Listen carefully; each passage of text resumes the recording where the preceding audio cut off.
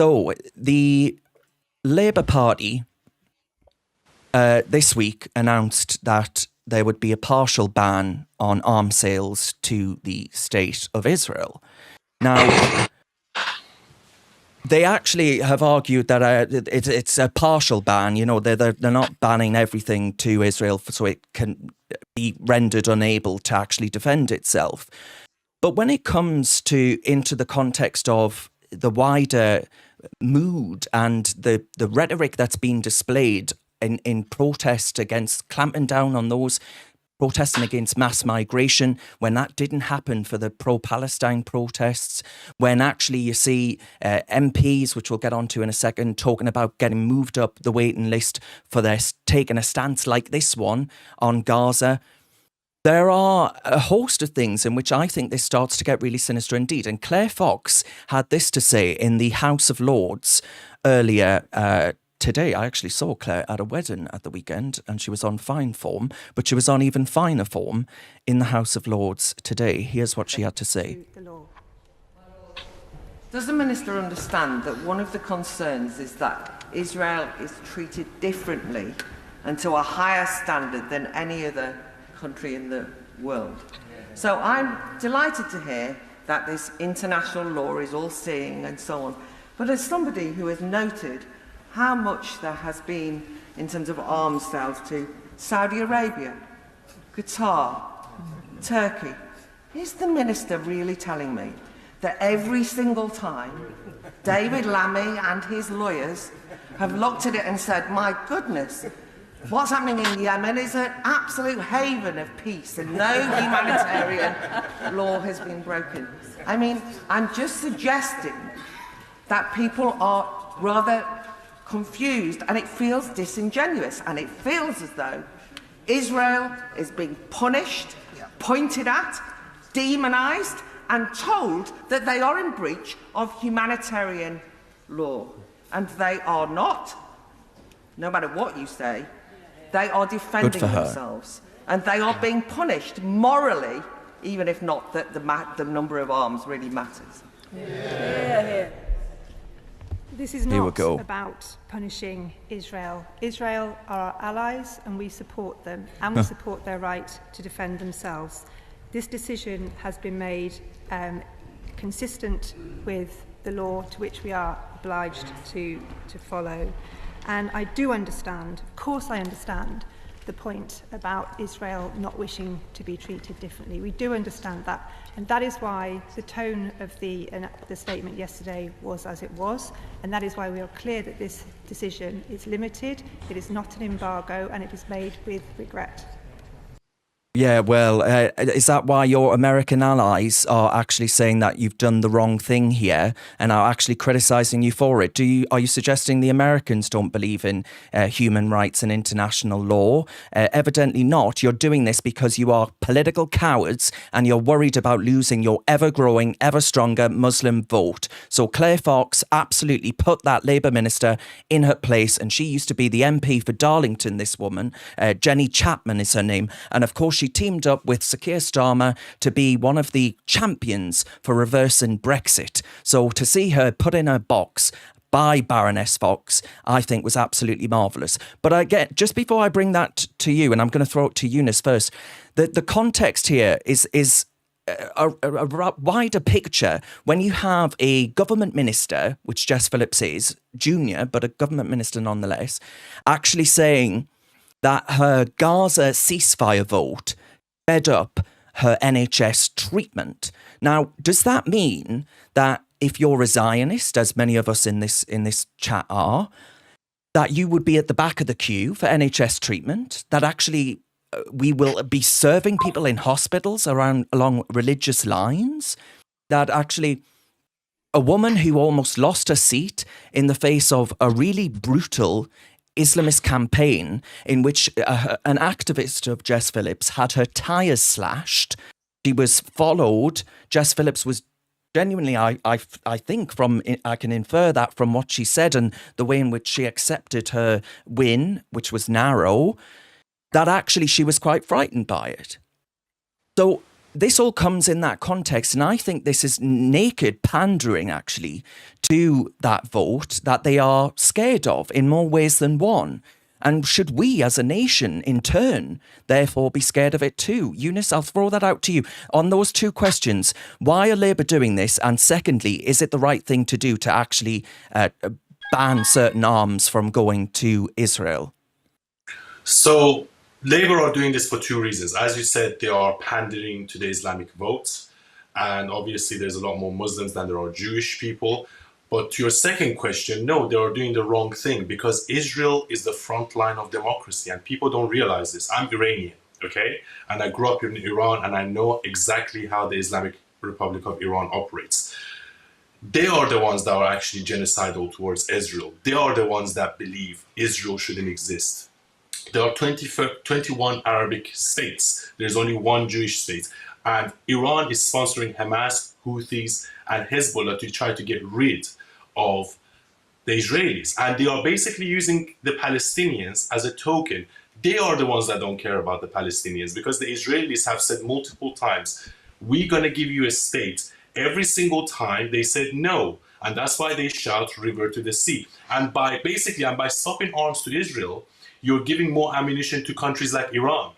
Because Iran is just laughing right now, saying, well, the UK doesn't support you anymore. And also within America, there's like a big uprising against the Palestinians. But the problem is that people are so naive and they're so easily tricked. Of course, I want Palestinians to survive. Do I feel sorry for the Palestinian children? Of course I do. But it's the Hamas leadership and the Iranian government is the one that are sacrificing their own people. In 2006, the Hamas leadership was given more than 6 billion, almost $20 billion in foreign aid by the United Kingdom, by America. And they could have literally built Gaza to be the new Singapore or the new Dubai. But instead of building up Gaza, they built tunnels. And they've been shooting rockets towards Israel every single year. And if Israel didn't have the Iron Dome, Israel would be destructed right now. You know, Israel is a democracy. I'm not saying everything Israel does is right? But at the end of the day, Israel has atomic bombs. They can turn Gaza into glass and into rubble in less than an hour if they wanted to. So there is no genocidal intent on part of Israel. The genocidal intent is actually from Hamas and from Iran and from Hezbollah and from maybe some Arabic countries around the region that believe that Israel shouldn't exist. So by stopping arms to Israel, we're doing a great disservice, not just to the Israelis, but also to the Palestinians, okay? And we're basically supporting terrorist organizations and countries such as Iran. Yeah, Alex, I mean, you are aware of people's problems in Iran as a republic. I wonder then, do you think actually, does it worry you that the party of government right now within the United Kingdom is basically pandering to them, essentially, if you agree with what Eunice has just said in his analysis? Yeah, I certainly do agree with Eunice there. I think what's more concerning to me than anything is that, well, we knew, first of all, let's not pretend we knew Labour were going to do this. We knew they were going to become a more pro-Palestine party and screw up the relationship, the very strong relationship we've had with Israel for decades. We knew that was going to happen. I'm not surprised to see it. What I think is more shocking, which I hope we talk about later on, is a new coalition of pro-Gaza MPs in Parliament, which I think is a really, really strong indication of the way this country is going. Yeah. What really concerns me today is that we have a foreign secretary in the shape of David Lammy, probably one of the most unintelligent people in politics, and he's not looked down upon just by right-wingers, but by his own party as well, quite frankly. And this is the man that is supposed to be representing our country. He's meant to be advising the Prime Minister on the sort of deals we should be doing. And so far, he's already managed to ruin one of our strongest relationships with the only democracy in the Middle East. Not only that, despite what Keir Starmer says, the rumbles are that America are extremely unhappy with this decision. But you also have to take into consideration the optics of when and how this was done. This was done on the same day that six hostages were found to be shot dead. Yeah. It is absolutely appalling. This government is a disaster for our country, not only in foreign policy, but for our look across the world. What kind of message does this send, as Eunice said quite correctly, to our enemies in Iran and elsewhere? It's shocking. Chloe, were you shocked by the Jess Phillips story? Because when I first saw it, I sort of thought, oh God, someone's made this up. But it's from my good friend Stephanie Tecci, who appears on GB News. She's the one that published this for Mail Online. Now, I was absolutely flabbergasted by it, but maybe I shouldn't be, because she's absolutely desperate to keep hold of her seat. And there is only one opposition that stands a chance of taking that seat in a very, very growing Muslim part of the country. I mean, I was shocked by this coming from Jess Phillips, her saying publicly that she was basically able to skip the queue in the NHS. And, you know, there are a lot of people in this country who are resentful and angry about the fact that they cannot get the treatment that they need on the NHS. I mean, I thought to say that it was just such bad optics. And then think about what David Lammy did. You know, Alex has just mentioned the optics of this were terrible, right? You might think that there should be a ban on arms sales to Israel. I don't agree with that opinion, but you might think that. But at least have the common sense to think maybe we shouldn't do it right after 6 Israeli hostages have just been murdered and their families are attending the funerals and grieving. I mean, I'm just thinking, you know, does the Labour Party, do they have a PR team that maybe speaks to them and says, maybe guys, this isn't a great idea? But then, I mean, the point you make, Darren, about maybe just thinking in terms of her constituency rather than the whole party and the whole country, maybe this is the right thing for her in terms of optics, her trying to boast how pro-Gaza she is.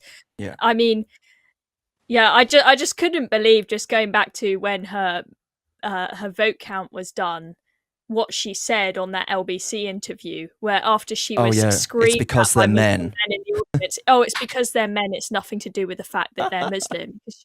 I don't know it's if just pathetic. I don't know if she genuinely believes that, or she was saying that to make sure that she keeps the Muslims in her constituency happy. Right, before we get on to more, I'm just going to read out some of the comments. Steve says, if she said that regarding Jess Phillips, if she said that, has she also said how wrong it was? Well, no, I don't think she thinks it was wrong, to be honest, evidently, or it wouldn't be in the public domain. You know, you would keep that to yourself if you weren't mightily proud of it, for the reasons that Chloe has just pointed out, that actually you want people in the constituency to think that you are on their side, even if they hold what I would deem to be some of the most barbaric views that are anti-women, anti-gay, anti-equality, anti-whatever you want. I don't think Islamists or Islamism should have any place in this country, and I'll probably go to the gulags for saying that. And speaking of the gulags, one of our viewers, Tic Tac on YouTube, says, your comments are coming in so fast, I've just lost TikTok. There we are. This lineup is like a lineup of Crime Watch. So we all look like we're, you know, heading for the slammer, which we probably all are after this stream. Yeah, quite. It will be a party, I think. It would. It would be good fun. I doubt they'd put us in the same prison, given that they're all full. I'll be in Northumberland. Unless we claim we're women. Yeah, well, good idea. I'm going to be alone, guys. You guys can all have your merry little band together. No, we're all women if we get arrested. Don't worry, Chloe. Superfish says, spelling your name wrong, I'm afraid, Eunice, but it's a very kind comment, so you'll appreciate it. Says, Eunice, spell check, is gorgeous, heart face. So there we are. And it gave us £2 in a super chat. Thank you. Love it. Yeah, exactly. You're getting us the money in. You're like our hooker. And this is an OnlyFans, guys. We should podcast. Reasoned on OnlyFans from next week. Maybe we should start one. Raise money. And yeah, so a load of people commenting on ask them to actually define far right, which leads us on to the next conversation, which we'll get on to imminently. Our guest is in the waiting room. But one of our viewers, Moz, on YouTube says it's a stab in the back to Israel. Even more so, Israel was remade by the British, of course, after after the Second World War, through the Balfour Agreement. Have you got what it takes to be a reasoned presenter? Well, send us a short clip of yourself to join@reasoned.uk, and we might be seeing you on this very channel very soon indeed.